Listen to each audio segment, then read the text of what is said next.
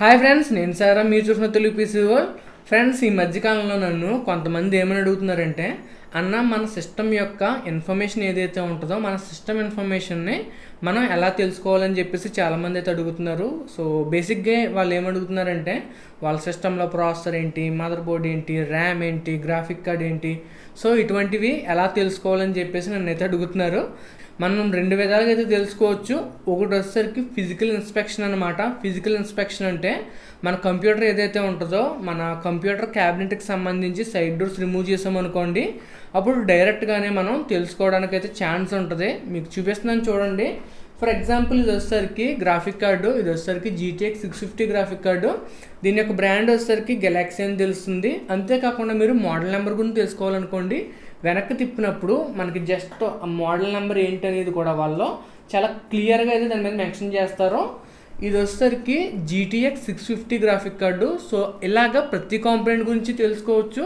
For example మీరు RAM గురించి తెలుసుకోవాలనుకోండి, RAM స్లాట్లోంచి మీరు ర్యామ్ తీసినట్లయితే ఇలాగ మనకి ర్యామ్ ఏదైతే ఉందో 8GB DDR3 అండ్ దాంతోపాటు దీని యొక్క ఫ్రీక్వెన్సీ ఏదైతే ఉందో ఫ్రీక్వెన్సీ 1600 MHz అని చెప్పేసి ఈ ఫ్రీక్వెన్సీని కూడా మనం అయితే తెలుసుకోవచ్చు.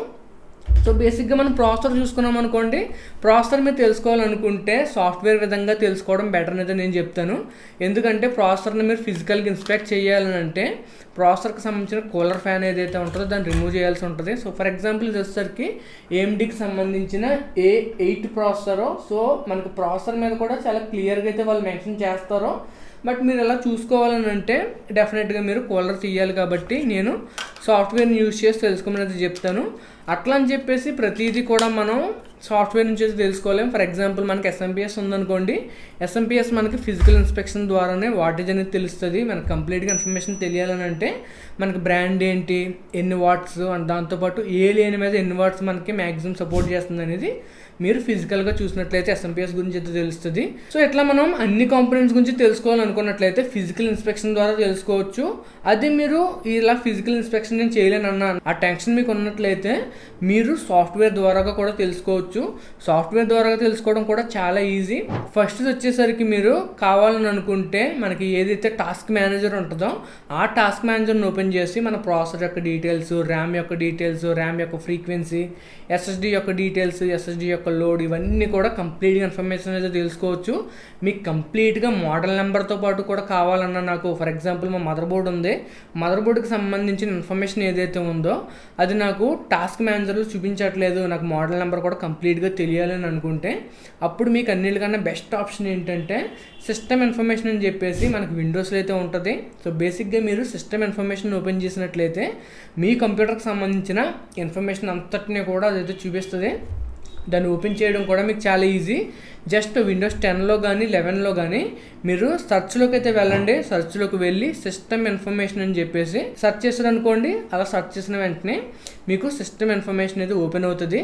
సో సిస్టమ్ ఇన్ఫర్మేషన్లో మీకు మీ ప్రాసెసర్ ఏంటి, దాని యొక్క ఫ్రీక్వెన్సీ ఎంత, సో అంతేకాకుండా మన మదర్ బోర్డ్ ఏంటి, మదర్ బోర్డ్ యొక్క మోడల్ నెంబర్ ఏంటి, మన విండోస్ ఆపరేటింగ్ సిస్టమ్ ఏంటి, దాని యొక్క బిల్లు నెంబర్ ఎంత, అంతేకాకుండా మనకి ఎంత SSD ఉంది, అంతేకాకుండా మనం ఏదైనా ఇంకా ఎక్స్ట్రా పెరిఫెరల్స్ అంటే కనెక్ట్ చేసిన కంప్లీట్ ఇన్ఫర్మేషన్ని, హార్డ్వేర్కి సంబంధించిన ఇన్ఫర్మేషన్ని, సాఫ్ట్వేర్కి సంబంధించిన ఇన్ఫర్మేషన్ని అది మనకైతే చూపిస్తుంది.